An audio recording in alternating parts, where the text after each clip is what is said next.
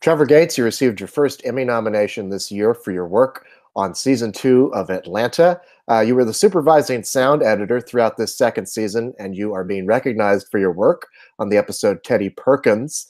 Atlanta has gained a reputation for itself for doing really daring and out there half hours of television. And this one is really unlike anything they've ever done before. So I'm wondering, what was your first thought when you got the script for this particular episode? Yeah, well, I mean, we just kind of jumped into this season. It was pretty quick. They had the production had a different sound supervisor lined up, and then something political happened, and the opportunity came our way. And I jumped in for a meeting with the people, and with Hiro Murai and some of the picture department. And we didn't really have time to sit there and talk about scripts. We just kind of jumped into the work. And so the way that we functioned was we would watch the episode together, and then we would talk about what we would want to do sound wise in these episodes. And this episode is a particularly interesting episode. It was, I think, definitely outside of the box. And it was very fun and interesting to explore some of the sound ideas that we needed to try to look into to make this this episode something special. Well, talk about some of those ideas were when you first saw the episode. What were your guys' initial thoughts of what to do sonically with it? Yeah, well, this episode of Atlanta is basically a horror / thriller episode, and so in the way that Hiro composed this this episode, both from a writing standpoint and visually, it needed to be quiet, and that was the first bullet point, was how can we make this a quiet episode. And actually making things quiet in TV and film are actually a little bit more difficult than you think, because it's not actually an absence of sound. It's very articulate sound, making some very specific choices.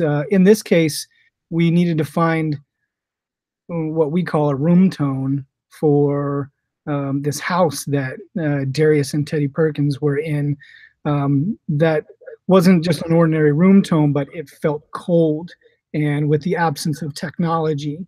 And so that took some crafting to find, a piece of air that held the space, that allows you to be quiet, but without the absence, just with very articulate choices.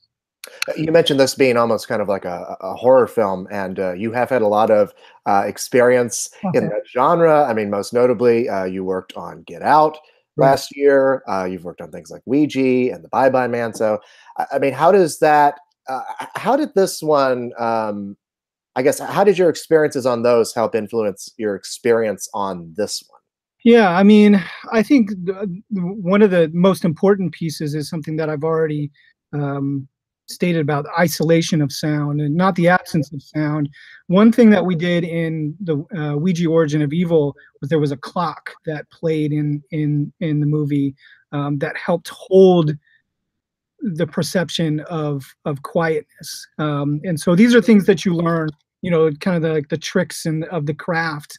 And I've found that on really good horror and really good thriller, that if it's written well and if it's edited well, you don't really have to fix anything. You have to not mess it up, basically. And you have to make some very smart choices about isolating what is perceived as silence, so that you can get really loud and scare people. And there are some things where you have to do some subjective creative design, like in Get Out there was the sunken place, and that was very subjective, and you just have to work closely with the filmmakers to realize their dream. And I remember when we finished our playback for Teddy Perkins, I, Hero was pretty speechless. He stood up with two hands in the air like it was a field goal, and that felt pretty good. So Right. Take us through a particular scene or sequence in the show. If you could just like illustrate the ways in which your sound might have helped enhance a certain scene. sure. I mean, I think there's three notable times that I could talk about sound wise in the entire episode. I mean, everything. There's always choices with purpose. It's the room tones that you put in a cold house to hold that space that doesn't sound like air conditioning. It's the birds outside. Um, there could be you know you could use crows or you could use sparrows, and each one of these different types of birds could make the audience feel something, and maybe you want them to feel it and maybe you don't. Sometimes you want to shy away from the scary to actually make something scary in the tense moments. But I will say the quietness in the beginning and the end were really important, where we needed to have really good foley of good footsteps and handling of the um, of the handcuffs and the gun, and then being able to have a really sharp dialogue edit from the production sound to be able to make it quiet, and you're really crafting something to to show the audience exactly what you want. But aside from that, when Darius goes down into the basement, um, there was a lot of sound that wasn't actually there, and I kind of took a page in the book from the book of I worked on Don't Breathe a few years ago, and it was a sound motivated film with a man who is blind. And so Darius is walking through the basement, and you'll hear doors shut, and then he'll walk by a fan, and then maybe there's a water heater that comes on and off, and there's a water heater clicking in the background that slows and slows and slows, and it's uh, uh, all the way until a moment where there's a reveal of some information, and we would stop that. So all those are sounds that didn't exist, that weren't really asked for by the filmmakers, but we decided we wanted to get creative and help build that environment, to make it interesting and creepy and weird, as the journey through that basement. Hmm. All the things you're talking about right now, I think you've pretty much answered my next question, but I do want to ask it anyway. You worked on the entire season, so you had 11 episodes to choose from for Yeah. your Emmy submission. Why did this one stand out as the one that you wanted to choose to submit? It was the sharpest and most articulate sound work that we did. I actually, there was two episodes that I kind of, I was going back and forth. I think we did a lot of really good work. The opening, in Alligator Man, which was the first episode, we had this huge shootout in the very beginning, which was turned out super cool. There was an episode, the woods, where Paperboy gets robbed, and then he goes into the woods, and then we did a lot of really interesting, natural, and heightened sound design. And I had to think, I actually asked some people what they thought that impacted them the most, and through all the people that I asked, they thought that Teddy Perkins was something that impacted them the most. And I will say that it was by far the most articulate sound design piece that we did. And it doesn't have the most sound, but it is the most, the sharpest and the most purposeful sound. Right. Can you talk a bit more about working and collaborating with the creative talents of the show, director Hiro Murai, creator Donald Glover? What do they give you that helped you really get your work done and take it to that next level? this is something that it's really interesting because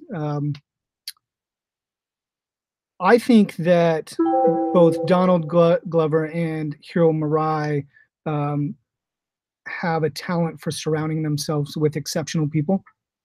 And while I think highly of myself, I'm not really just talking about me. Right. It's the picture department and the music department, and they really know how to pick people who are exceptional at their job, and this really allows us to function. When we're in a team, in a room together, we function, very closely with with togetherness. It's a pretty powerful thing, and it's you drive. Some inspiration comes from being in a room with a bunch of people who are very exceptional at their job, and it allows you to be hyper creative and to ask each other questions and try things and trust each other in that you'll make great decisions as a group. And I mean, this is probably one of my most favorite projects that I've done in my career, just because of I think the content is awesome, and I think the people were amazing and exceptional. So I think this really, I mean, how else do you get 16 Emmy nominations? You have exceptional content, and you entrust in exceptional people, and so you really just you feed off of each other. And it was I always came the process we would prep some of it by ourselves, and the mixer and I, the re-recording mixer and I, and then we would bring the clients in for a day, and we would watch it, and we would do notes, basically, whatever they wanted to do to change what we've done. And I always walked away feeling like $1,000,000, like we had a great team, and it was an amazing experience with that togetherness of the team. Like I said, this is your first nomination at the Primetime Emmys. You did win a news Emmy last year for your work on Sonic C. I did. What did that recognition mean for you, and what does this recognition mean for you? Well, yeah, this is all pretty surreal. I'm a man of my craft. Man, I love to work with people, and so this job is really something special to me. This career that I have, and Sonic C was a really interesting experience in itself. It was a very powerful tool to bring some awareness to some destruction that we're doing among the marine wildlife. And unfortunately, I didn't get to go to the news Emmys last year. So I didn't get to accept. I didn't get to go up on stage. I got to watch it on a live Twitter feed, and then receive a statue later. And it's hard to really put your feelings into words about the progression through your career and some of these milestones as you start to achieve them. It feels really amazing, but it also keeps you humble, and it makes you want to keep doing what you do and keep with the craft. And this is my first time where I'll attend the Emmys.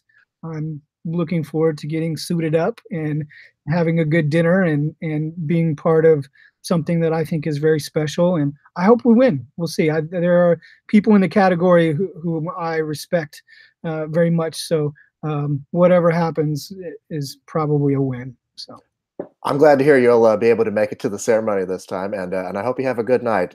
Trevor Gates, thank you so much, and congratulations. Thank you very much. I appreciate it. You're welcome. Have a good one.